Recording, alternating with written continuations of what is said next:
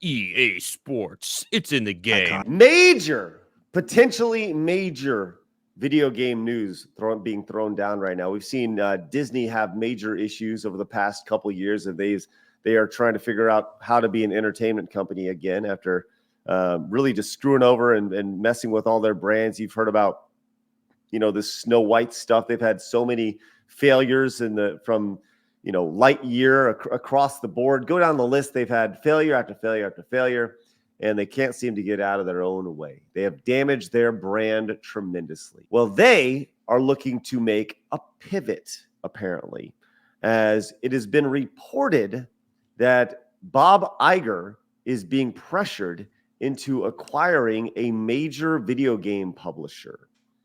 And the rumor is that they're looking at Electronic Arts and or Ubisoft. Both trash. It makes sense for Disney. That makes perfect sense. They're basically the Disney version of games. Both of those companies. Facts. It's true. It's true. Adam, I thought you'd have a lot of thoughts on this. Well, I mean, Bob Iger is, first it was we're going to step back from the culture wars. Yeah. And we all know that that's fucking bullshit. And now they're going to buy video games because everyone knows that the younger generations play video games. And to get all right, well, not everyone's watching Disney movies anymore because they're trash. What are they all doing? Well, they're playing Fortnite. They're playing Roblox. They're playing video games. So let's put these ideologies into the video games. And we're seeing it. That's why Az had his epic rant a couple weeks ago that the internet went nuts off of because, it was just pronouns. No, it wasn't just pronouns. It's that it's in every fucking game, everywhere you look. Bungie's, and it's just like the DEI, ESG idea, all these freaking diversity hires, the bullshit. It's like, it's in every single game. It's like they all didn't talk to each other. They're like, you know what? Let's just try to be really inclusive with this game. And everyone did the same thing. So it's in everything. So that's what Disney's trying to do. They're not stepping down on the off the pedal for the culture war. They're doubling down. They're going into a new market. Like, all right, it's not working for our movies, so we'll do it in video games and still be able to hit the quota for ESG this month or this year because we'll do it with the games that we own instead of the movies that make us the money. We gotta bring those back to making money, so then we could do whatever we want, and we'll just hit the quota with video games. Watch it. To be clear, part of the story is that.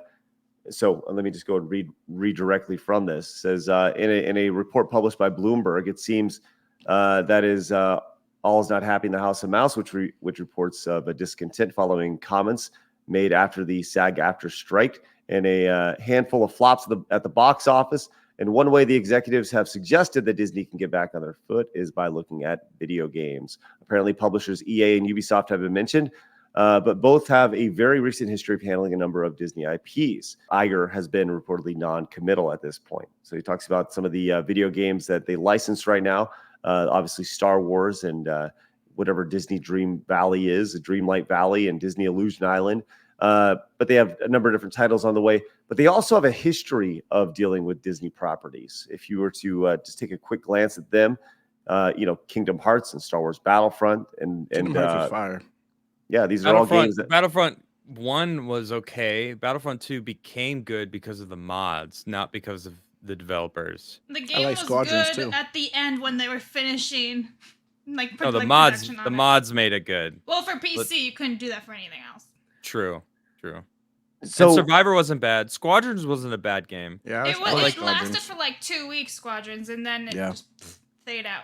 It's one on VR. You may be asking yourself, what games does EA hold? What rights do they hold? Because these are literally billion-dollar franchises. And I think everyone's going to say, deal with Madden and things like that. Right.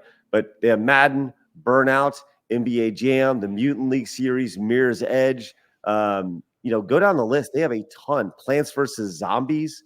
Can you imagine Disney getting into the Def Jam video game franchise? They'd ruin it, but that would be fire. I need Def Jam. Command and Conquer. I see that.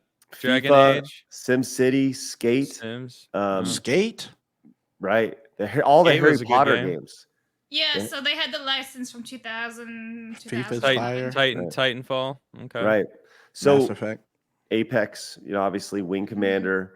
I mean, there's a ton, and once again, we're talking about even Bejeweled. That's a mobile game. These are major franchises from a mobile perspective. So it's a lot of games. That it's is a lot of games and a lot of franchises that they're going to So ignore. brought up in the chat, I saw this. They said, well, with what money? They can't even afford Hulu right now, which Who can't? Disney can or EA. right? Okay. Disney can. You see a report like this where they're like, well, we're going to we're thinking about acquiring a major video game publisher, which is totally contradictory to some of the reports that you've seen of them wanting to sell off portions of the company. I would think that if you want to sell, they could do both. I mean, they could technically, but one would have to happen before the other. And I think the idea of selling something would have to happen before you buy another thing. And I think that EA's market value is considerably higher than what Hulu's is. Pretty crazy. They could focus on FIFA and just make money. Right. Yeah. I mean, FIFA, Battlefield, all the, once you now own the publisher and developers of these companies, and that's the other thing. EA owns a number of different developers as well. So these are developers that are creating games based off a license. You no longer have to pay the licensing fee and all that stuff. On the surface, I think this makes sense. But here's the big issue I see. Disney thought they were smart because they were going to remove the licensing. They're making all this money off licensing their content to Netflix and to all these streaming platforms, right? They were making tons of money. And they're like, no, we can do it better. We're going to make Disney Plus.